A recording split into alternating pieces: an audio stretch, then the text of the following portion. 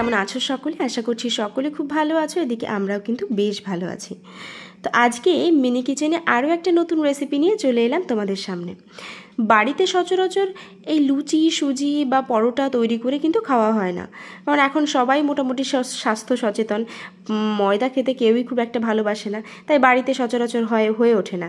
তাই ভাবলাম যে কেননা এই মিনি কিচেনেই তোমাদের আজকে লুচি আর সুজি তৈরি করে দেখাবো।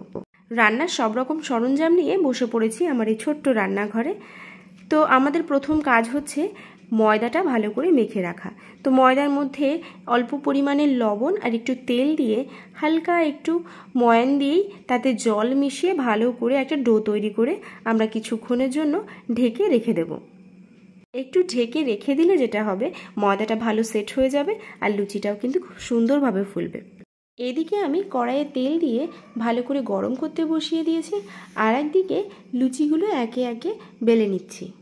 সংসার জীবনে আমাদের এই বড় কড়াইতে তো আমরা রেগুলারই রান্না করে থাকি, তবে এই ছোট্ট রান্নাঘরে বা আমার এই মিনি কিচেনে রান্না বান্না করতে কিন্তু আমার বেশ ভালো লাগে। আর এদিকে দেখতে পাচ্ছ লুচিগুলো কিন্তু ভারী সুন্দর ফুলছে। তো আমার এই মিনি কিচেনে তোমাদের রান্নাবান্না দেখতে কেমন লাগে অবশ্যই তোমরা কিন্তু একটু কমেন্ট করে জানিও। আর তোমাদের কমেন্ট পেলে অবশ্যই আমারও খুব ভালো লাগে যে পরবর্তী যে রেসিপি করব তার একটা উৎসাহ জাগে। তো আমার এই মিনি কিচেনে তোমাদের রান্নাবান্না দেখতে কেমন লাগে সেটাও কিন্তু অবশ্যই কমেন্ট সেকশনে জানাতে একটুও দ্বিধাবোধ করো না। তো চলো, তোমাদের সঙ্গে গল্প করতে করতে দেখো লুচিগুলো সব কিন্তু ভাজা হয়ে গেছে। তো লুচি ভাজা হলেই তো হলো না, লুচির সঙ্গে তো কিছু একটা খেতে হবে। তাই এবার পালা আমাদের সুজি রান্না করার। তো যথারীতি সুজি রান্না করার জন্য আমরা অন্য একটা পাত্র বসিয়ে দিয়েছি, আর তাতে দিয়ে দিয়েছি একটুখানি ঘি, আর তার মধ্যে দিয়ে দেবো পরিমাণ মতো সুজি। তো সেই ঘিটা দিয়ে সুজিটাকে একটু ভালো করে ভেজে নিতে হবে। আজ মিনি কিচেনে সুজি আর লুচি রান্না হলো।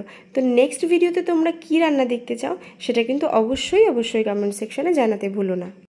তো সুজিটা একটু ভাজা হয়ে গেলে তাতে আমরা দিয়ে দেব পরিমাণ মতো জল। আর জলটা যেহেতু হালকা একটু গরম আছে, তার কারণ সুজিটা ভাজা হতে হতেই আমরা জলটা দিয়ে দিয়েছি, তাই জলটা খুব বেশি গরম নেই।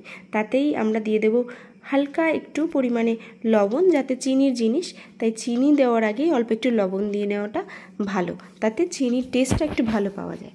আর তার মধ্যে দিয়ে দেবো আমরা গুঁড়ো দুধ। এবার গুঁড়ো দুধটাকে সঙ্গে সঙ্গেই দিয়ে দিলে কি হবে, তাতে দুধটা আলাদা করে আর গুলে দেওয়ার প্রয়োজন নেই। এর সঙ্গে দিলেই দলা পাকার কোনো চান্স নেই, সঙ্গে সঙ্গেই খুব সুন্দরভাবে মেল্ট হয়ে যাবে। একই সঙ্গে চিনিটাও দিয়ে দেবো যাতে ভালোভাবে একই সঙ্গে রান্নাটা হয়ে যায়। সুজিটাকে কিন্তু কন্টিনিউ একটু নাড়তে হবে, না হলে কিন্তু কড়াইয়ের তলায় লেগে যাওয়ার একটা সম্ভাবনা থাকে।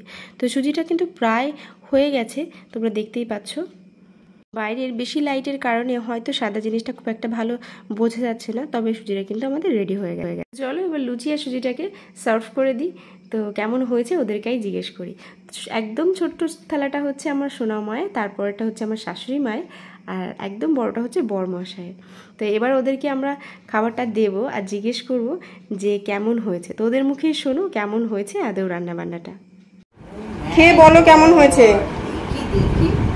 সত্যি সত্যি সব পরিষ্কার পরিচ্ছন্ন, কিন্তু একদম সব বাসন কোসন সব কিছু পরিষ্কার পরিচ্ছন্ন। খেয়ে বলো কেমন হয়েছে।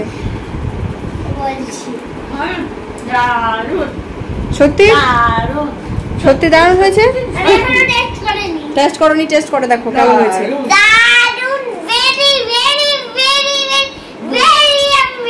Very yummy.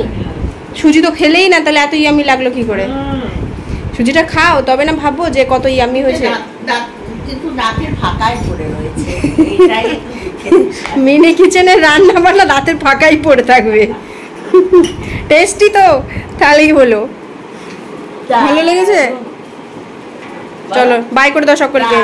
বাই করো, বাই করো, বাই করো।